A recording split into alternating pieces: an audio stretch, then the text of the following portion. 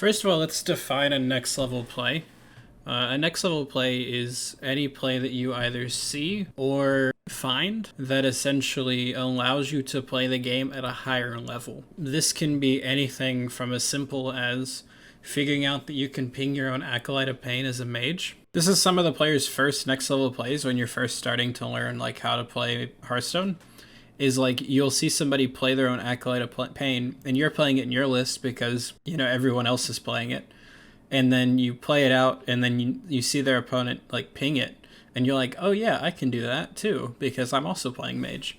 So something simple like this is considered a next level play. The issue I think is people eventually stop trying to learn by next level plays, and like next level plays are really the only ways that we learn to get better. We take some action that we either find in our own games or see someone else commit to. So once you establish like Acolyte of Pain, that you can deal damage to your own minion, it starts opening up different lines of play. So another good example of this is Lord Barov. Immediately when a newer player would look at this card, they may see, oh, it comes down and deals 1 damage, and then you have to kill it for it to deal 1 damage to all other minions. And so they can either consider, often, unless you've like already started targeting your own minions with stuff, like with Acolyte of Pain, you're not immediately going to get the implication that you can play this, kill it yourself. If you haven't done that before, it's not going to be natural for you to do it again, and it would take you a longer amount of time to find this in-game.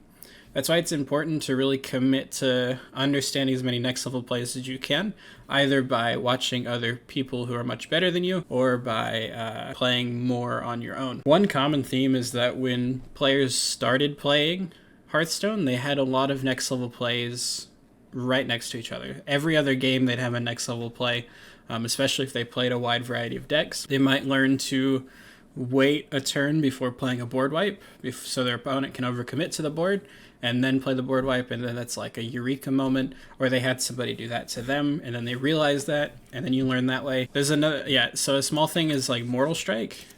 Mortal Strike is an example of where you can let your opponent attack into you so that you can have more damage. So, or the other way around is knowing that your opponent has a Mortal Strike, you cannot attack into your opponent until you can kill them from above 12 health so that they can't kill you with Mortal Strike damage. Brawl is the other one. I kind of set aside 5 cards here because they all have next level plays associated with them, although not necessarily. So Brawl is an example of a board wipe where if you're playing against it, you don't necessarily want to overcommit to the board.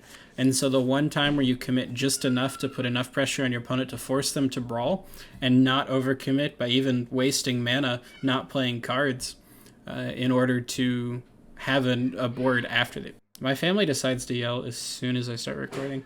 And the final card is Alexstrasza. This is the final next level play that I think most new players end up committing to, that they don't realize until much later, is that most of the time you use this card aggressively, where you put your opponent from 30 HP to 15 HP, dealing 15 damage with 1 battle cry. But another use of this card is targeting yourself, where if you're down to 1 to 5 health, you can heal for 10 by targeting yourself with this, and then still have an 8/8 on board to use either defensively or aggressively, especially if your opponent is already below the 15 threshold and you'd actually be healing them. So Alexstrasza, I think, is one of the cards that just, it requires a new player to think about it unless they've already seen it, and that's what I would probably classify as a next level play. Now, these were all simple examples, all of which requiring 1 card. But the important thing, I think, is that a lot of players don't recognize that they still need to be searching for next level plays. I'd say pro players only find about 1 next level play per month, but that's what separates them from high level legend players, is the fact that they continue to search and continue to look for those next level plays, commit to said next level plays, and then improve because of it. Hearthstone, even though it's mostly random, is also a cycle of constant improvement.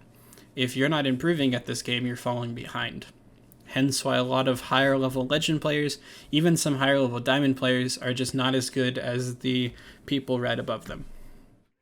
So continue to learn. This is really a video just talking about how you have to, even if you're past that new player phase of like understanding next level plays, moving on to more advanced stages, you still need to be searching for these, still need to be looking for them, so that they become natural to you, and you don't have to continue looking for them in each of your games.